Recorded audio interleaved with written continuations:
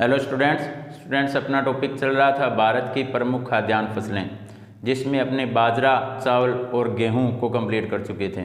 इसी के अंतर्गत आज हमारा चौथा जो टॉपिक रहेगा वह कौन सा है, मक्का की फसल।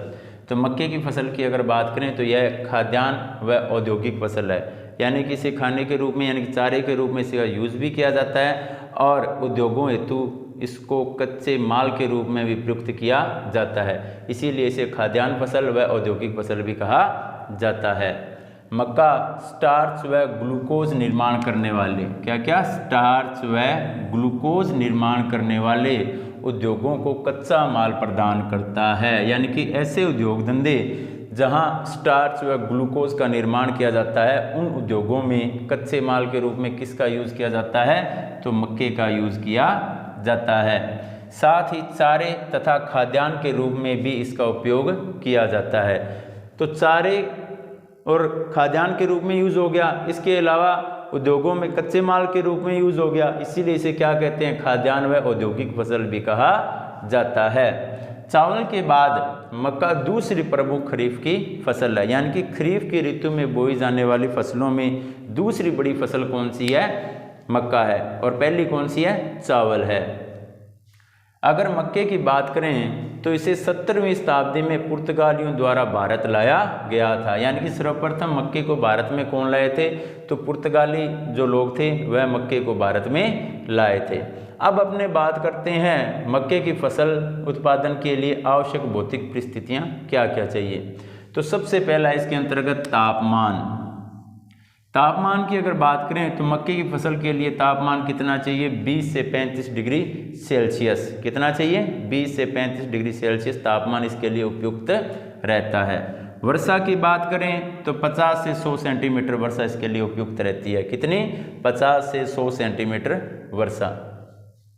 मिट्टी की बात करें तो नाइट्रोजन युक्त गहरी मिट्टी जिसमें पानी निकास की अच्छी व्यवस्था हो, वह मिट्टी मक्के के उत्पादन के लिए अच्छी रहती है, यानी कि ऐसी मिट्टी जिसमें नाइट्रोजन तत्वों की भरपूर मात्रा हो, इसके अलावा उसमें पानी निकासी की अच्छी व्यवस्था हो, यानी कि उसमें पानी ठहरा हुआ न रहे, वह मिट्टी मक्का के उत्पादन के लिए लाभदायक रहती है। अब अपने बात करते हैं मक्का के उत्पादक राज्य। सबसे पहले अगर अपने बात करें भी भारत में जितना मक्का उत्पादित होता है उस मक्के का 60% जो उत्पादन है वो इन 5 राज्यों में होता है।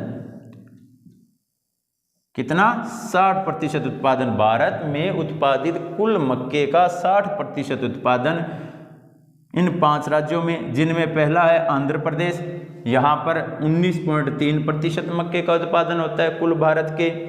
दूसरा कर्नाटक, यहाँ पर 16.78% मक्के का उत्पादन। तीसरा राजस्थान, यहाँ पर 10.34% मक्के का उत्पादन। चौथा आंध्र प्रदेश, यहाँ 10% मक्के का उत्पादन होता है। और गुजरात की बात करें तो यहाँ पर 7% मक्के का उत्पादन होता है। कुल मिलाकर अगर अपने बात करें आंध्र प्रदेश, कर्नाटक, राजस्थान, उत्तर प्रदेश और गुजरात की, तो यहाँ पर भारत के कुल मक्के का 60% मक्का उत्पादित किया जाता है। इसके अलावा मध्य प्रदेश और पंजाब में भी मक्के का उत्पादन किया जाता है। अगर राजस्थान की बात करें भी राजस्थान में कौन कौन से ज़िले हैं जहां मक्के का उत्पादन किया जाता है, पूरे भारत के अंतर्गत देखा जाए भी भारत में कुल मक्के के उत्पादन का राजस्थान कितना प्रतिशत उत्पादित करता है, तो 10.34% मक्के का उत्पादन किसके द्वारा किया जाता है, राजस्थान के द्वारा।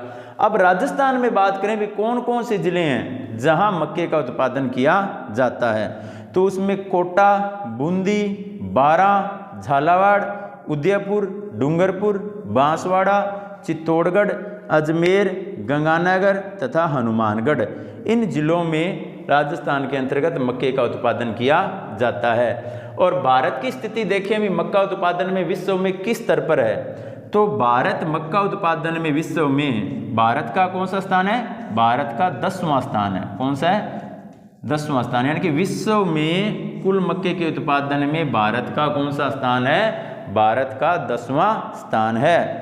परंतु इस फसल का उत्पादन कम होने के कारण इसका निर्यात नहीं किया जाता है। देखो भारत में मक्के का उत्पादन कम मात्रा में होता है, इसीलिए मक्के को दूसरे देशों में नहीं निर्यात किया जाता, यानी कि दूसरे देशों को बेचा नहीं जाता है।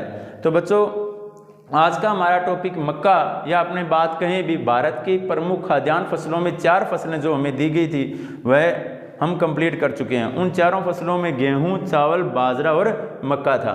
तो इन टॉपिक्स को आप अपनी नोटबुक में नोट करें और इन्हें लर्न करें। थैंक यू बच्चों।